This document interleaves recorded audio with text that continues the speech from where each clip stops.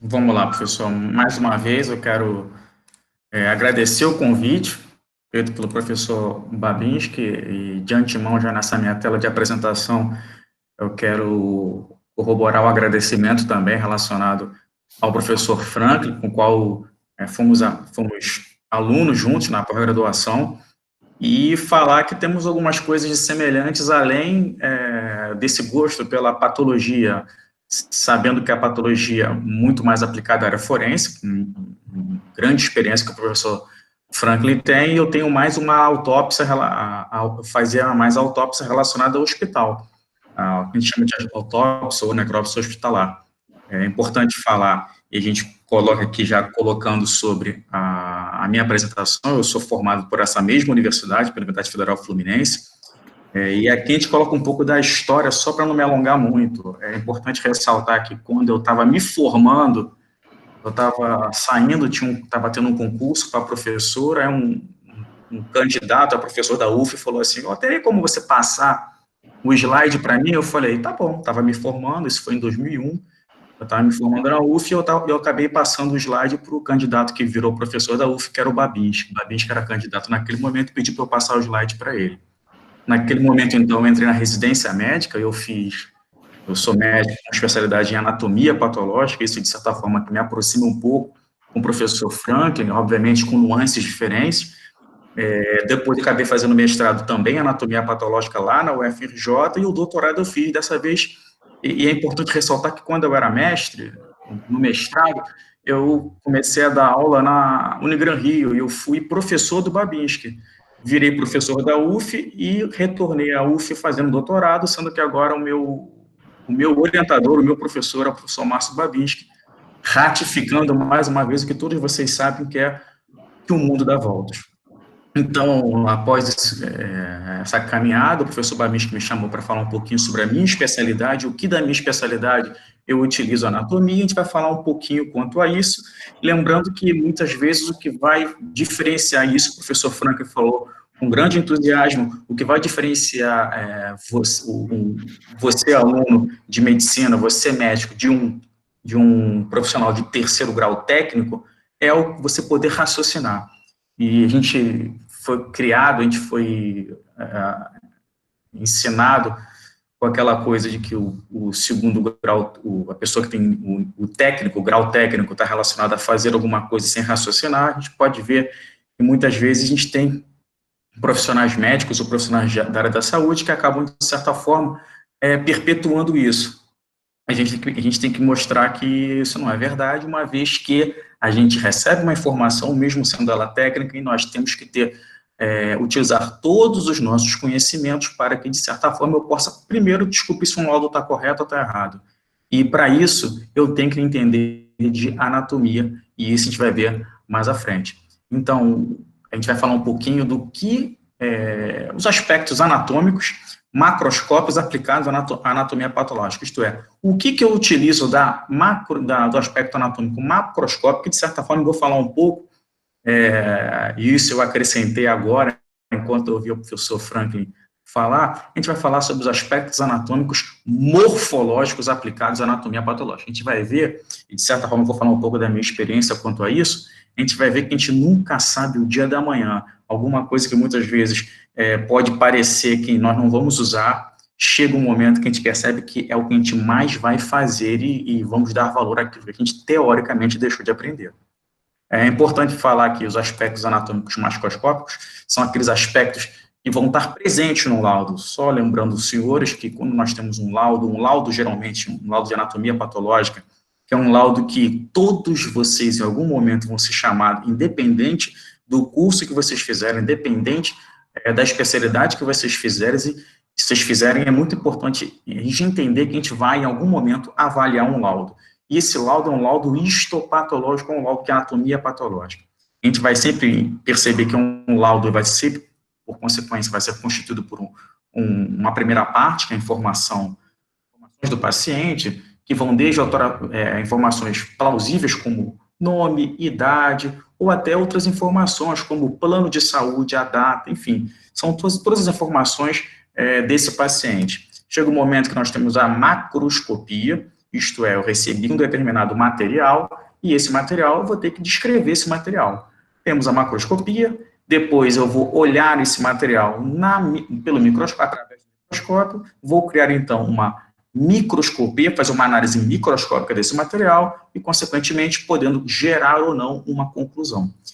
Esse laudo, datando quando é que eu liberei esse laudo e a assinatura do médico patologista.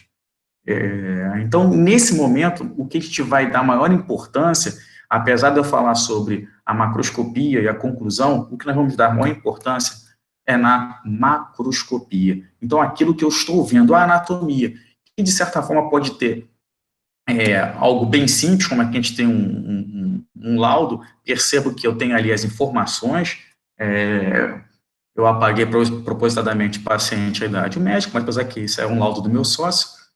Então, a gente tem aí um laudo desse laboratório aí, laboratório Rocha Fonseca, e a gente percebe que tem a macroscopia, a microscopia e a conclusão. E embaixo tem a assinatura do patologista que deu o laudo e a data.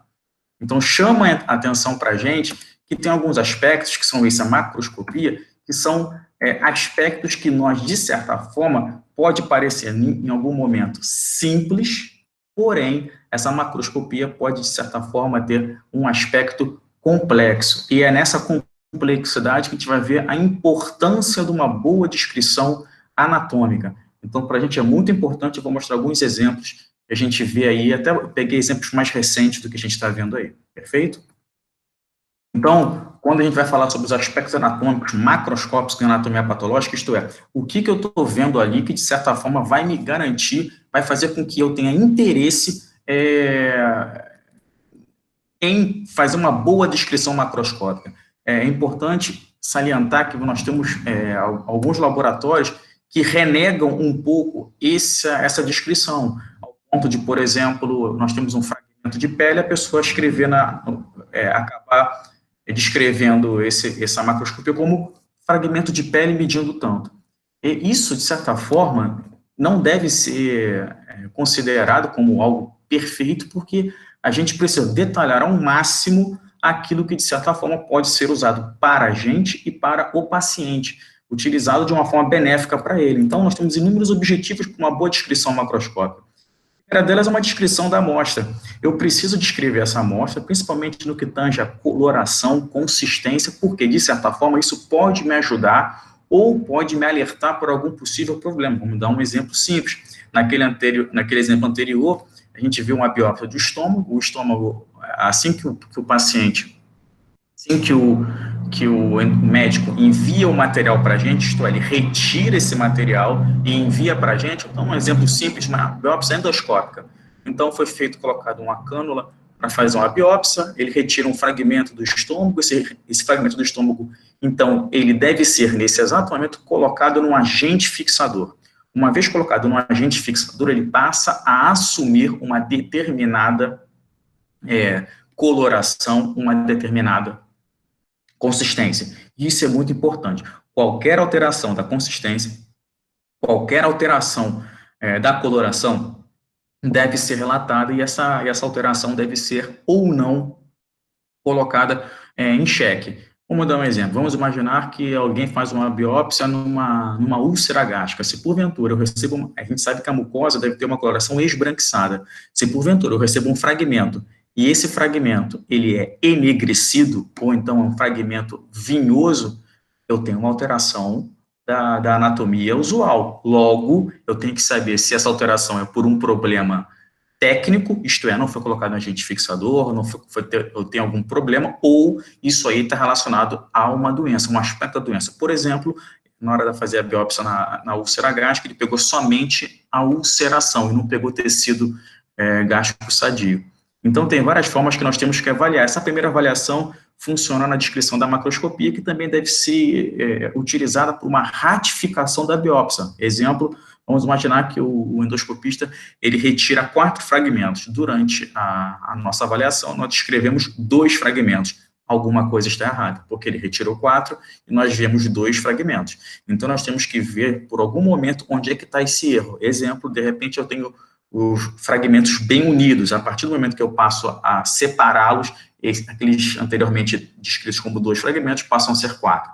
Então, o objetivo da macroscopia, de certa forma, é alertar para o possível diagnóstico nesse primeiro momento e também para ratificar, ver se existe uma compatibilidade entre a biópsia e o resultado, o número de fragmentos. Então, lembrando sempre que de certa forma, essa descrição é muito relacionado ao médico. Então, queira ou não queira, por mais que eu esteja vendo um exame de um paciente, muitas das vezes eu vou ter que responder esse laudo para o médico. O médico, nesse caso, o médico assistente, é o principal crítico, ou principal pessoa sabedora que vai, de certa forma, fazer com que você tenha que responder por esse laudo. Eu estava preparando essa aula ontem, e uma coisa que me chamou a atenção é que eu fui entrar num fórum de pesquisa de dúvidas, e tinham várias dúvidas falando assim, doutor, eu tenho 3 fragmentos medindo tanto, tanto, tanto, isso é grave? Então, a população não sabe que, por exemplo, esse aspecto macroscópico, ele não serve para dar diagnóstico, ele pode auxiliar o diagnóstico, mas ele não dá, não é porque ele tem uma medida de 1 centímetro, de meio centímetro, que de certa forma vai fazer, isso não vai alterar o laudo. Então, por a gente ter a população leiga não sabendo disso, esse laudo, quando você for emitir na macroscopia, e principalmente na conclusão, vai ser dado para o médico assistente, aquele que solicitou a biópsia.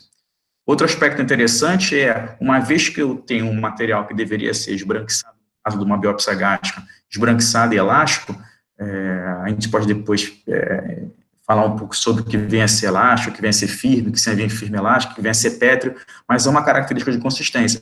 E se eu recebo um material, ele está esfarelando, isto, ele é friável, ele não está muito amolecido, muitas vezes é porque não foi enviado num agente fixador adequado. E isso é extremamente importante, porque se você manda um material, e isso o professor Franklin sabe, quando a gente vai fazer uma autópsia, quando vai avaliar um tecido ou avaliar um cadáver, quanto mais tempo esse cadáver ficar sem um agente fixador, ou se esse órgão ficar sem agente fixador, ou se essa biópsia ficar sem agente fixador, ela vai sofrendo degeneração, e essa degeneração, de certa forma, principalmente histologicamente, não vai ser possível a gente dar um diagnóstico adequado. Então, não é raro, quando digo não é raro, isso acontece, infelizmente, com uma certa frequência, você acaba enviando a sua biópsia, seu órgão, vai enviando em agente fixador inadequado. É importante salientar que o agente fixador adequado atualmente é o formol, principalmente para análise histopatológica, mas, porém, a gente recebe, às vezes, em soro fisiológico. A gente recebe isso em éter. A gente recebe isso em qualquer coisa menos formol. A gente recebe esse material banhado em álcool. Então, existe um agente fixador e o inadequado, e existem aquelas estruturas que não são agentes fixadores. É muito comum a pessoa achar que esse material vai para a cultura, então ela acaba botando o material em soro fisiológico e bota na geladeira. Isso para a gente não funciona. Chegou o material, retirou o material, imediatamente deve ser colocado num agente fixador adequado, porque caso isso não aconteça, você vai ter a perda desse material. É importante ressaltar que quem é o responsável legal por esse material? O responsável legal por esse material é o médico que retirou o fragmento. Ele é o responsável. Se você pegou esse material, deu para uma circulante, se você pegou esse material, entregou para um colega, para um enfermeiro, para qualquer pessoa que seja, e falou, olha, coloca no formal, você é obrigado a verificar se foi colocado no agente fixador adequado ou não. Caso isso não aconteça, você pode ser penalizado. Uma coisa é você fazer isso numa biópsia gástrica, onde você pode, num segundo momento, conversar com o paciente e convencê-lo, ressaltando o erro que você cometeu, fazer uma nova biópsia gástrica. Mas imagina fazer isso, por exemplo, um tumor de pele, onde você perdeu o material e não tem como saber se aquele tumor é um melanoma ou um tumor benigno. Conclusão, você tem que tratar o paciente de uma forma mais grave, porque você foi incompetente no caso de colocar no agente fixador. Então, esse é outro aspecto importante na macroscopia. Por isso que eu posso sinalizar material enviado em agente fixador inadequado no laudo. Outro aspecto importante é, uma vez que eu tenha, nesse caso, eu não tenho mais uma biópsia endoscópica, eu tenho, na verdade, um órgão. Vamos imaginar que alguém tenha tirado uma glândula tireoide, por algum motivo qualquer, houve um tumor na glândula tireoide, o cirurgião optou em retirar a glândula tireoide. Ou então, ele viu um tumor no estômago, optou em retirar o estômago, ou um nódulo hepático. Enfim, ele retira um determinado órgão, um segmento ou fragmento desse órgão. É nesse momento que nós chamamos da arte da anatomia patológica, isto é, você vai ter que pegar esse material através de técnicas em anatomia patológica, vai ter que selecionar o melhor fragmento para dar um melhor diagnóstico. É importante que muitas vezes o diagnóstico que você vai colocar, eles sempre vão ser baseados em técnicas de anatomia patológica e, obviamente, vão ser baseados em aspectos anatômicos. Então, determinado órgão exige que você dê informações no que tange a saber, por exemplo, se o material foi totalmente retirado. Então, por exemplo, se eu tenho um tumor de próstata, maligno de próstata, é mandatório que eu represente a margem uretral, a margem vesical, as vesículas seminais e algumas porções da glândula da próstata. Se porventura eu apenas retirar o tumor da próstata, o que eu posso falar assim, olha, ele tem tumor na próstata, mas eu não vou conseguir em nenhum momento falar se ele foi totalmente retirado ou se precisa de alguma complementação. Então, é mandatório que você, número 1, tenha todas as técnicas de anatomia patológica. E é importante você entender também de anatomia. Não adianta nada você pegar um tumor de próstata, porém você não sabe onde fica a uretra, não sabe onde fica a margem vesical, o contato dessa próstata com a vesícula. Conclusão, você vai ficar ao esmo, tentando achar esses parâmetros anatômicos. É importante ressaltar que eu fiz residência médica na UFRJ, e lá eu encontrei lá muitos amigos do professor Franklin, lá, José Carlos Pando Esperança, que fazia medicina legal e é também patologista, mas eu também conheci pessoas lá que tinham uma grande dificuldade de anatomia e isso, de certa forma, impactava na qualidade da patologia deles, da anatomia patológica deles. Por último, uma outra coisa muito importante, cada vez mais observada, é quando nós vamos fazer uma confecção de uma neoplasia maligna, existem inúmeros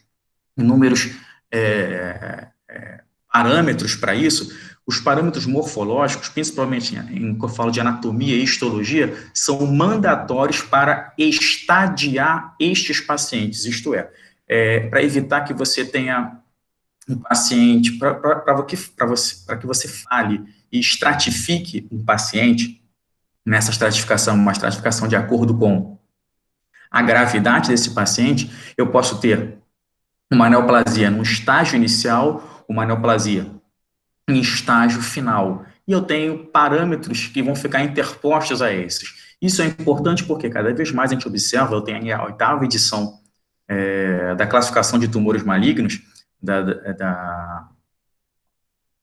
desse órgão de câncer internacional, onde eles passam a fazer isso, esse é o mais atual, eles passam a estratificar, e qual é a importância de você falar o estágio do paciente? A importância desse estágio é falar, de certa forma, que esse paciente é um estágio leve, logo eu vou dar um tratamento leve, isto é, adequado com o estadiamento dele. Ou então eu posso chegar ao ponto de falar, olha, esse paciente não tem mais a melhor forma de eu tratá-lo, e eu apenas vou fornecê-lo uma boa qualidade de vida. Então, esses parâmetros eles devem obedecer, o estadiamento deve obedecer parâmetros morfológicos, no caso, são os parâmetros em patologia, e esses parâmetros morfológicos é que vão falar, de certa forma, vão definir se esse paciente tem essa neoplasia maligna em estágio inicial, ou se você preferir estágio 1, 2, 3, 4. Então, de certa forma, isso para a gente é importante. Aqui eu tenho um exemplo, estou colocando esse exemplo aqui porque, de certa forma, eu vou falar mais à frente. Essa classificação, eu não vou me alongar muito aqui, é uma classificação baseada no critério TNM, onde T está relacionado à topografia, o N está relacionado ao linfonodo, N de nodes, e o M de metástase. Então, eu vou dar uma numeração de acordo com cada um deles. Então, quando eu boto T, é topografia. Então, aqui um exemplo, no caso do carcinoma coloretal, quando, aqui, utilizando a nossa tabela, quando eu não consigo avaliar o tumor, eu coloco TX, quando eu vejo o órgão e o órgão não tem tumor, eu chamo de T0, quando a neoplasia não está penetrando na submucosa, está apenas na mucosa, eu chamo de carcinoma in situ, que é o TIS, e T1 quando invade a submucosa, T2 quando invade a muscular própria, T3 quando invade a camada subserosa, o T4A onde chega até a serose, o T4B, quando além da serose, ela vai grudar, vai ficar aderida a um outro órgão, que a gente chama de T4B. Cada tumor, cada um deles, eu vou ter um TNM diferente. Então, não adianta você decorar. Eu acabo decorando alguns, por exemplo, isso daí para mim é simples, porque eu trabalho muito com neoplasia de cólon, do tubo digestivo. Mas, se você perguntar perguntar para mim o TNM do carcinoma de glândula suprarrenal, eu não vou saber te responder. Se você perguntar para mim qual é o carcinoma de melanoma do globo ocular, eu não vou saber te responder. Mas esse livro, ele é aberto, ele está disponível, inclusive o INCA, se você for lá no centro do Rio, você pode pegar, ele fornece para você gratuitamente esse livro para você e você pode verificar, pode consultar no momento que você quiser, não existe nenhuma dificuldade nisso. Inclusive, o INCA, ele dá versões em português. Bom, continuando, então, a gente vai falar sobre a macroscopia. Essa macroscopia, como eu falei anteriormente, vai depender do tipo de peça, desde peças mais simples, como biópsias endoscópicas, a pessoa que faz uma biópsia do estômago, ou então, muitas vezes, você tem uma pinta na pele, uma lesão pigmentar na pele, eu faço uma biópsia nessa pele, mando para o patologista, isto é, são biópsias simples que são realizadas, até biópsias mais complexas. Nesse caso, não digo nem biópsia, com segmentos mais complexos. Por exemplo, se porventura eu recebo muito tumores de mama, então eu recebo uma mama inteira, eu recebo estômago, eu recebo fígado, eu posso receber também membros inferiores amputados, principalmente, sempre lembrando, para eu receber um membro inferior amputado, porque isso aí não foi causa externa. Em nenhum momento alguém levou um tiro, levou uma facada, porque caso isso aconteça, eu não vou receber esse material vai para o Dr. Franklin. Porque ele é que faz esse tipo de avaliação em causa externa. Mas se por algum motivo qualquer eu tenho um melanoma, eu tenho um osteosarcoma na área do professor Babinski, no pé, muitas vezes vai ter que ser amputada a perna. E eu recebo essa perna, eu tenho que dar as informações relacionadas a essa peça retirada. Isso aí eu tenho que saber a anatomia. Eu preciso, de certa forma, entender todos os feixes vasculonervosos para ver se por algum motivo qualquer eu tenho a perpetuação, a infiltração desses feixes vasculonervosos pela neoplasia. Isso é importante porque, de acordo com esse laudo, esse paciente vai ou ter uma atitude mais conservadora, isto é, permanece com a perna, ou então vamos ter que amputar mais segmentos desse paciente. Um exemplo, temos uma biópsia endoscópica do cólon, no caso uma colonoscopia, o que chama a atenção para a gente é essa lesão aí vegetante. Ela tem algumas vezes áreas ulceradas, é o que a gente chama de úlcero vegetante. Então, o paciente, por algum motivo qualquer, teve uma queixa, e pode ser sangramento, obstrução, enfim, ou então até mesmo de rotina. Então, a pessoa o endoscopista faz colonoscopia, ao visualizar esse material, ele procura uma área e vai fazer biópsias dessas áreas. É isso aí, se porventura isso foi dado como benigno ou dado como maligno, isso vai ser uma biópsia que vai de certa forma, ser prévia, vai ser verificada previamente para um possível diagnóstico posterior. No caso, a gente chama isso de um exame pré-operatório. Então, antes da cirurgia, eu tenho que fazer uma biópsia, porque não tem como você retirar o estômago de alguém, retirar o cólon de alguém sem antes você ter um diagnóstico. Você pode até fazer isso, mas você tem que torcer para esse paciente ter câncer, porque se porventura ele não tiver câncer e descobrir que você retirou o cólon dele, botou uma colostomia nele, e a partir de agora ele vai ficar um tempo com uma péssima qualidade de vida, porque você grandes problemas com esse paciente. Então, nesse caso aí, chama a atenção que você tem que ter uma biópsia prévia. Uma vez diagnosticado isso, percebemos realmente temos uma biópsia. E realmente o patologista falou que é um câncer. Sabendo que isso é câncer, vamos fazer então a retirada desse tumor. Aqui eu tenho a peça, e nesse caso, isso é um exame pós-operatório. Após a cirurgia foi retirada, então, durante a cirurgia foi retirado isso aí, isso vai ser um exame pós-operatório. A gente percebe aí essa lesão, essa área lesão úlcero vegetante aqui eu tenho a mucosa livre, tenho outra mucosa livre, e eu vou, de certa forma, ver como é que eu faço isso e como é que eu descrevo isso em anatomia patológica. Então, como é que eu percebo, como é que eu vou representar isso? Então, mais uma vez, eu tenho aqui uma outra peça, eu tenho aqui um colo, repare que eu tenho aqui o colo, eu tenho aqui uma lesão tumoral, essa lesão tumoral ele destoa do aspecto quando eu observo aqui o cólon, essa mesma peça que vocês vão ver no anatômico. Então, vocês percebem que eu tenho um pregueamento aqui da mucosa, e eu tenho que avaliar se esse pregueamento da mucosa ele é adequado ou não, porque se porventura esse pegamento estiver atenuado, isto é, diminuído, é porque, de certa forma, essa neoplasia aqui contribuiu para isso. Então, eu recebo assim uma neoplasia, quando eu abro, eu percebo claramente que eu estou diante de um câncer, geralmente eu tenho uma biópsia anterior que indica isso, onde onde o cirurgião retira o colo e eu percebo claramente que ele teve uma neoplasia. Então, o que eu vou aqui é apenas, número 1, ratificar, verificar para ele assim, olha, realmente você tem uma neoplasia. Isto é, eu vou validar o diagnóstico que foi dado em endoscopia. Mas eu tenho que, para ele, eu não posso pegar, eu não posso representar qualquer parte aqui da mucosa ao esmo, eu não posso chegar e pegar qualquer coisa aqui. Para eu selecionar esse material aqui todo, eu tenho que dar um diagnóstico. E para eu dar esse diagnóstico, eu tenho que selecionar estruturas específicas para isso. Se nós repararmos, isso aí está relacionado à arte da patologia, que eu falei naquele item número 3. Eu preciso saber selecionar, e essa seleção desse laudo é que vai fazer com que eu consiga emitir um laudo.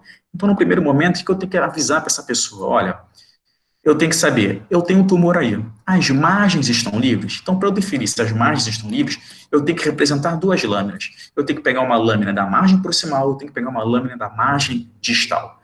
Então, de certa forma, já esse material aí vai representar duas lâminas. Outra coisa, eu preciso ratificar, eu preciso falar assim, olha, realmente aquela biópsia que você fez no primeiro momento, aquele exame pré-operatório que agora culminou na retirada desse segmento intestinal, realmente você estava certo, aquilo ali é uma neoplasia, e para provar que é uma neoplasia, eu vou pegar, por exemplo, 3, 4, 5, quantos fragmentos você se achar seguro para representar.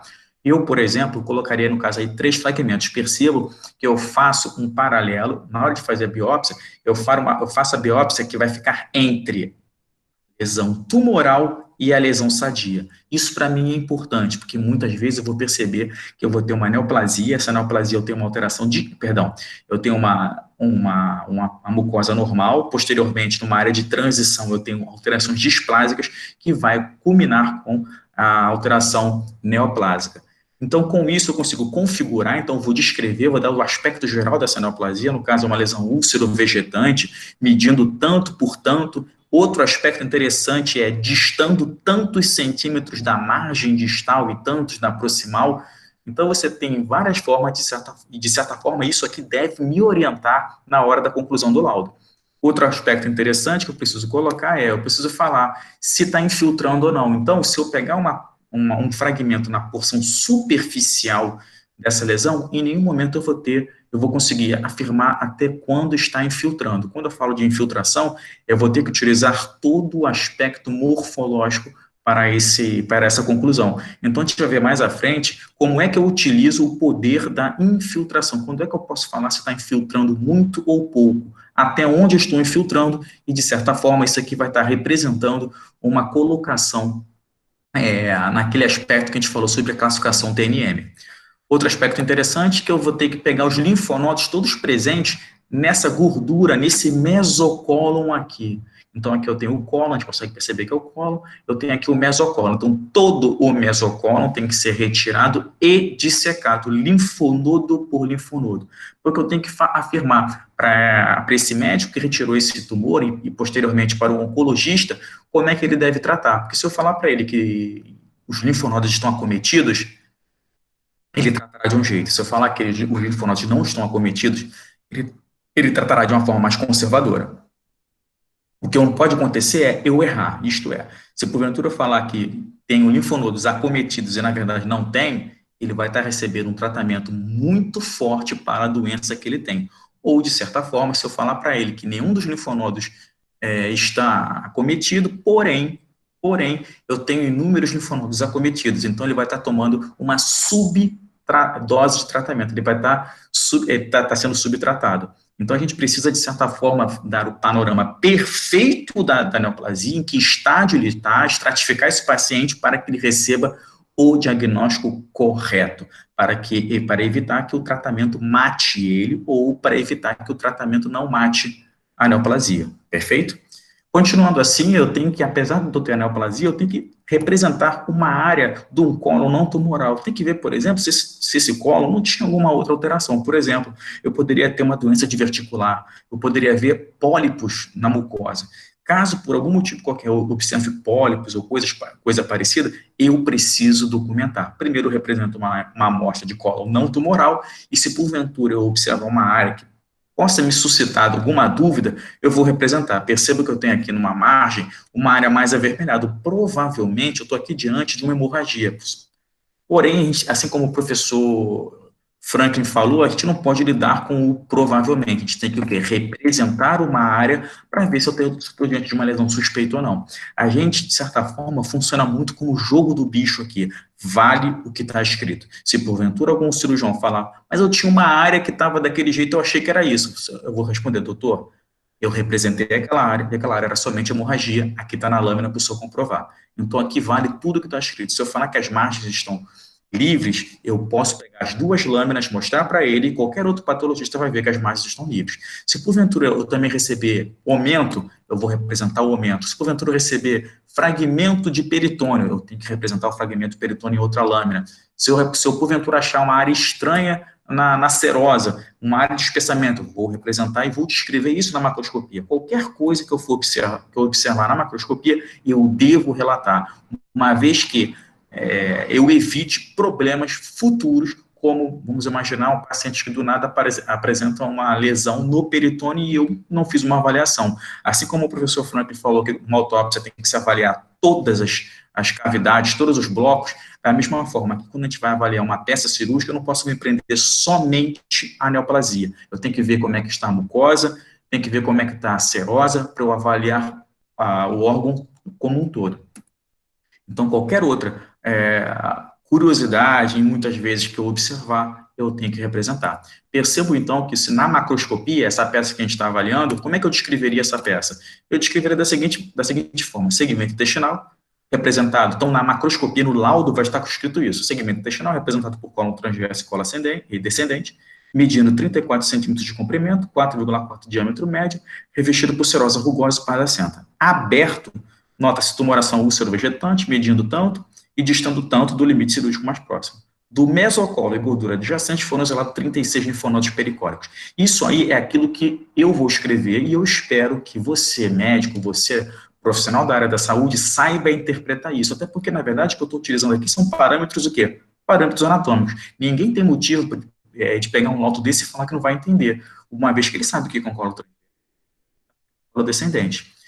Medidas, basta você saber somar, que você vai entender que 34 centímetros corresponde a 34 centímetros, e outro aspecto anatômico é revestido por uma serosa rugosa pubescente. A serosa nada mais é do que, vocês se lembram quando vocês falam sobre um órgão e a camada mais externa pode ser revestida por serosa ou por adventícia, no caso do esôfago, adventícia, no caso do órgão peritoneal, é uma serosa. A serosa nada mais é do que o peritônio. Então, essa serosa que geralmente tem aquele aspecto que a gente costuma abreviar de LBT, é lisa, brilhante e transparente, de certa forma aqui tem uma rugosidade apardecente. Isso muito está atrelado à lesão que ela está obedecendo. Então, qualquer peritonite que acabe ocorrendo vai gerar uma rugosidade nessa serosa. O mesocolo é outro aspecto importante, é porque eu vou abrir essa neoplasia, esse colo. É importante saber que eu tenho que utilizar um parâmetro anatômico para abrir o colo, eu não posso abrir de qualquer jeito. Então, por onde eu vou abrir? Eu sou obrigado a abrir pela tênia livre, porque se eu abrir pela tênia mesentérica, eu vou ter um grande problema, porque eu vou estar, de certa forma, cortando os linfonodos paracólicos. Então, eu vou ter esse problema. Então, a tênia livre. Se eu não souber onde fica uma tênia livre, eu vou ter dificuldade. Eu só não vou abrir na tênia livre no momento onde eu alcançar a neoplasia e se essa neoplasia estiver sobre a tênia livre. Neste caso, eu vou fazer um pequeno desvio e vou abrir no local onde não vai ter a neoplasia. Mas, após passar a neoplasia, eu sou obrigado a passar diretamente, voltar pela tênia livre. Outro aspecto interessante aqui quanto à patologia é que eu tenho que identificar a raiz do mesocolo, na tênia mesentérica, e é a partir dali que eu tenho que começar a minha pesquisa por linfonodo. Não vai fazer besteira que eu costumo ver pessoas pegando apêndice epiplóico e querendo achar linfonodo de apêndice epiplóico. Isso aí não tem nada a ver, isso aí não é gordura, isso aí, como está falado, é um apêndice do aumento epiploico, um epíplon. Então, pelo amor de Deus. Então, o que a gente tem que verificar é, você tem que ser objetivo. E para ser objetivo, você tem que utilizar a anatomia. Chega no mesentério, nesse caso aqui no mesocolo, na gordura adjacente a esse mesocolo, e começa a procurar linfonodo. Nesse caso aqui, nós achamos 36 linfonodos. Então, a partir dessa macroscopia, eu vou alcançar, de certa forma, uma conclusão. E essa conclusão vai ser de acordo com aqueles fragmentos que eu utilizei. Se lembram? 1 e 2 foram as margens, 3, 4 e 5 o tumor, 6 colo não neoplásico, o 7 aquela lesão suspeita, aí eu passei a ter os linfonodos. Então, esse laudo eu vou ter um aspecto assim, adenocarcinoma moderadamente diferenciado do colo, infiltrando até a camada muscular própria. Percebam que aqui eu estou dando uma informação e estou dando uma sigla ali do lado, PT2. Eu continuo falando que as margens cirúrgicas são livres de malignidade, isto é, eu olhei a lâmina 1 e a lâmina 2 e não tinha em nenhum momento neoplasia. Logo, eu posso afirmar que as margens cirúrgicas são livres de neoplasia. Quando eu avaliei a lâmina 3, 4 e 5, aquela que eu peguei da neoplasia, eu acabei colocando e julgando como adenocarcinoma moderadamente diferenciado. Essa é uma característica de anatomia patológica, a gente pode falar até mais um pouco, se for interessante, infiltrando até a camada muscular própria. Eu vou falar um pouco sobre isso, acho que na próxima. Uma atenção também que eu avaliei todos os 36 linfonodos e em nenhum momento algum deles mostrou metástase. E não mostrando metástase, eu utilizo essa sigla aí que é o PN0. E continuo, no final, eu tenho que dar o estadiamento patológico, qualquer neoplasia maligna, você tem que dar. O oncologista vai pegar esse estadiamento patológico, vai juntar com o estadiamento clínico e vai colocar no estadiamento da neoplasia. E a partir desse estadiamento ele vai dar um bom diagnóstico. Ele vai traçar uma conduta terapêutica. Se por algum motivo qualquer ele tiver um estadiamento patológico superestimado ou subestimado, eu vou ter um tratamento ou superestimado. Por isso que a gente tem que ter uma precisão quando a gente fala sobre o estadiamento patológico. Eu termino falando que é necessário correlacionar com alguma informação clínica e termino falando que eu estou à disposição para qualquer esclarecimento. Isso aqui, dificilmente um paciente vai ligar para mim, mas o oncologista, o cirurgião, se ele tiver qualquer dúvida, eu estou à disposição para tirar a dúvida dele. Perfeito? Aqui, só mostrando o do estadiamento patológico, eu vou mostrar mais à frente, e isso aqui é só para a gente traçar um paralelo e ratificar a importância da classificação PTNM das neoplasias malignas. Aqui é uma imagem que vocês viram na histologia, a mesma imagem que eu vi quando eu estava no segundo, terceiro período da faculdade, sempre lembrando que a diferença que eu tenho para vocês não é muita coisa, são 15 anos que eu me formei, eu entrei na faculdade em 96, isto é, em 96, 97, eu estava fazendo anatomia, como vocês estão fazendo aí, e estava fazendo também histologia, tendo aula com o professor Luiz Carlos Nogueira, o professor Luizinho. E ele ensinou para mim que eu tenho aqui uma mucosa, essa aqui é a mucosa do órgão, percebo também que eu tenho a submucosa, é importante acrescentar que muitas vezes eu tenho algumas fibras, e essas fibras, como eu vejo aqui, olha, elas são um pouco mais alongadas, de certa forma, falando que eu tenho aí um plexo nervoso submucoso, que vocês aprenderam isso como plexo nervoso de Meissner. Eu acabo observando uma muscular própria, percebam, a camada circular interna, a camada muscular longitudinal externa, entre elas, eu tenho aqui, ó, um plexo nervoso muscular, que é aquele plexo nervoso que vocês aprenderam de Auerbach. Tenho ainda uma serosa, e entre a muscular própria e a serosa, eu tenho a camada subserosa. Então, só para a gente tentar ver como é que a gente consegue observar isso, se porventura eu tiver uma neoplasia, e essa neoplasia tiver somente na mucosa, isto é, ela não está infiltrando a submucosa em nenhum momento, eu vou classificar como P, que é de patologia, T e S, que é um carcinoma in situ. Se porventura essa neoplasia, além da mucosa, ela se estender para a submucosa, eu vou ter uma classificação P1. Percebam que é importantíssimo que eu saiba histologia, senão eu não vou conseguir em nenhum momento classificar essa neoplasia. E se eu não conseguir classificar a neoplasia, esse paciente não vai ter tratamento. Se porventura essa neoplasia, além da mucosa e a submucosa, ele penetra na muscular própria, eu vou classificá-la como PT2. Repare que essa neoplasia, esse laudo que eu dei anteriormente, ele é classificado como PT2. Logo, essa tumoração, ele infiltrava até a muscular. Se essa muscular for ultrapassada e alcançar a subserose, eu vou estar numa classificação que eu chamo de PT3. E, se alcançar até a serose, PT4A. Só relembrando que na classificação atual, ele divide PT 4A e 4B. 4B se tiver algum órgão aderido e já sendo infiltrado por ele também. Então, percebam que aqui eu tenho um aspecto que é bem interessante, que nesse caso eu me coloco, de certa forma, no lugar de vocês. Quando eu comecei a fazer aquelas provas de histologia, eu ficava perguntando, cara, por que eu tenho que saber essas coisas? Por que eu tenho que saber que órgão é esse, que epitélio é esse? Fico vendo isso, não vejo propósito não, na minha vida em querer saber histologia. Atualmente eu vejo cerca de 1.000 a 1.500 lâminas toda semana, e eu percebo que a histologia, para mim, é importantíssimo. Então, hoje eu acho que uma das áreas básicas que eu mais estudo é histologia. Então, percebam que, às vezes, a gente tem alguma coisa que, não que a gente, de repente, menospreze, mas a gente não dê tanto valor, e após acontecer algumas coisas na nossa vida, como, por exemplo, a escolha da nossa especialidade, a gente passa a dar mais valor. Aqui eu quero mostrar para vocês dois casos importantes, são casos que é um homem, eu vou evitar muitos detalhes, até porque esse aqui são pacientes, esse aqui é um paciente de Niterói, é um masculino de 65 anos, com quadro de icterícia.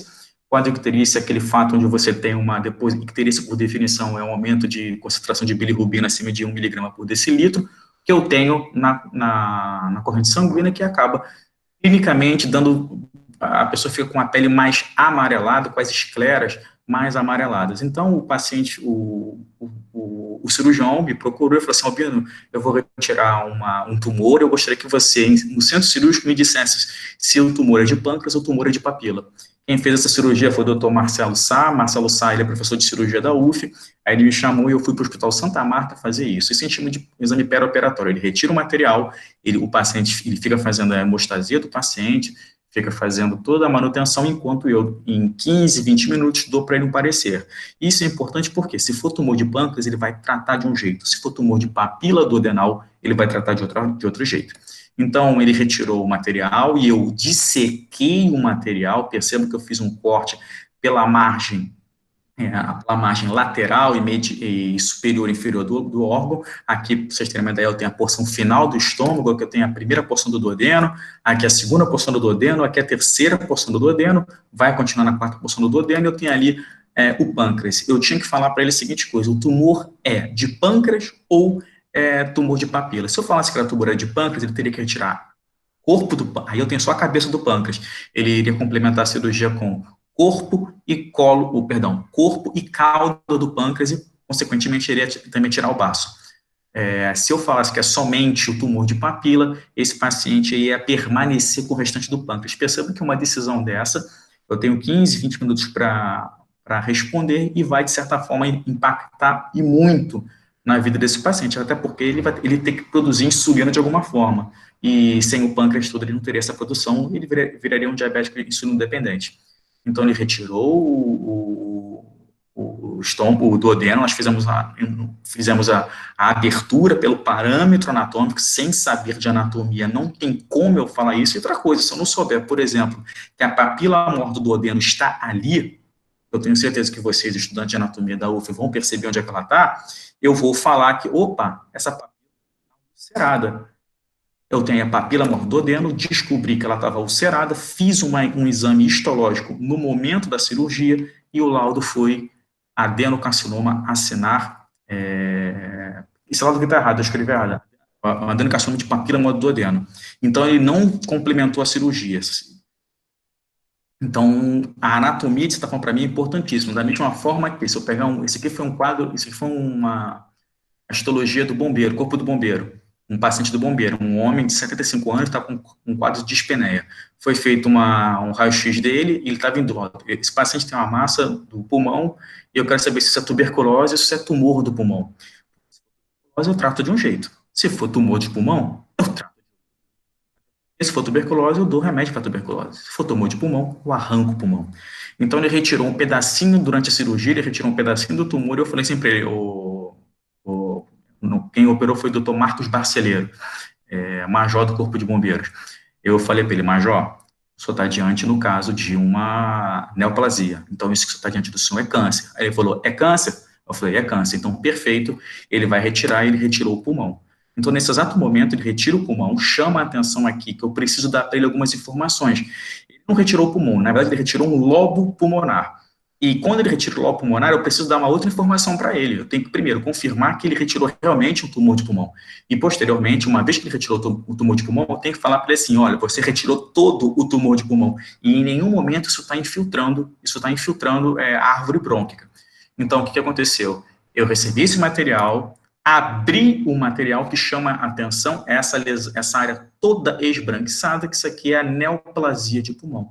Então, a primeira missão minha primeira missão foi dada, foi cumprida, isto é uma neoplasia, isso é um adenocarcinoma de pulmão, e agora eu tenho que falar para ele se a neoplasia está longe ou se está perto da árvore brônquica. Percebo que aqui eu tenho aqui o bronco lobar e percebo que aqui, olha, eu aumento ainda aqui, ó, ele, apesar de estar infiltrando a árvore brônquica na porção proximal, ela está livre. Então, eu falei para ele, ó, é importante para a gente que você pode retirou todo o pulmão, não tirou todo o lobo pulmonar, não precisa mais retirar o restante do material, porque a margem está livre de neoplasia. Com isso, a gente, sabendo a anatomia e, de certa forma, informando para ele sobre os aspectos histológicos, a gente faz uma conclusão diagnóstica e, obviamente essa conclusão diagnóstica vai ser ratificada no laboratório quando esse material for para o laboratório.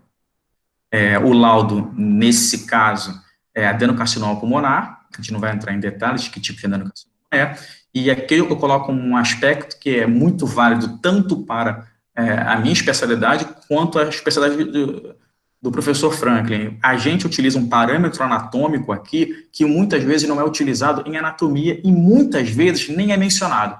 Para a gente é muito importante algumas coisas relacionadas quanto a medidas e pesos. Então, para a gente, quando eu recebo um rim, é importante eu saber quanto pesa esse rim. Porque, de acordo com a medida e o peso desse rim, eu posso, de certa forma, falar que eu estou diante de uma insuficiência renal aguda, uma insuficiência renal crônica, eu tenho um rim de diabético fase inicial, um rim de diabético fase final, ou, principalmente, eu estou diante de um rim de um paciente com uma neoplasia. Útero, mesma coisa, de acordo com o tamanho do útero, com a pesagem do útero, eu posso falar sobre o ciclo menstrual de uma pessoa, de uma mulher, nesse caso. Então, para a gente, medida é muito importante. O tamanho do baço é importante. O tamanho do baço, o hiperesplenismo está associado a quê? Então, para a gente, esse aspecto anatômico, que nem sempre é colocado com grande ênfase na anatomia, e isso a gente entende perfeitamente isso, ele, quando eu for falar sobre anatomia patológica e ou anatomia forense, patológica forense, isso é de vital importância. Então, assim, nós estudamos a anatomia, concluindo, de certa forma, a anatomia em anatomia patológica é extremamente importante, porque eu utilizo os parâmetros para na execução do laudo e para emissão do laudo, e, além disso, nós estudamos também a anatomia de uma outra vertente, é patológica, onde eu vou utilizar outros parâmetros anatômicos para, de certa forma, chegar ao mesmo fim, que é a elaboração, confecção e liberação de um laudo perfeito para o paciente. Obrigado.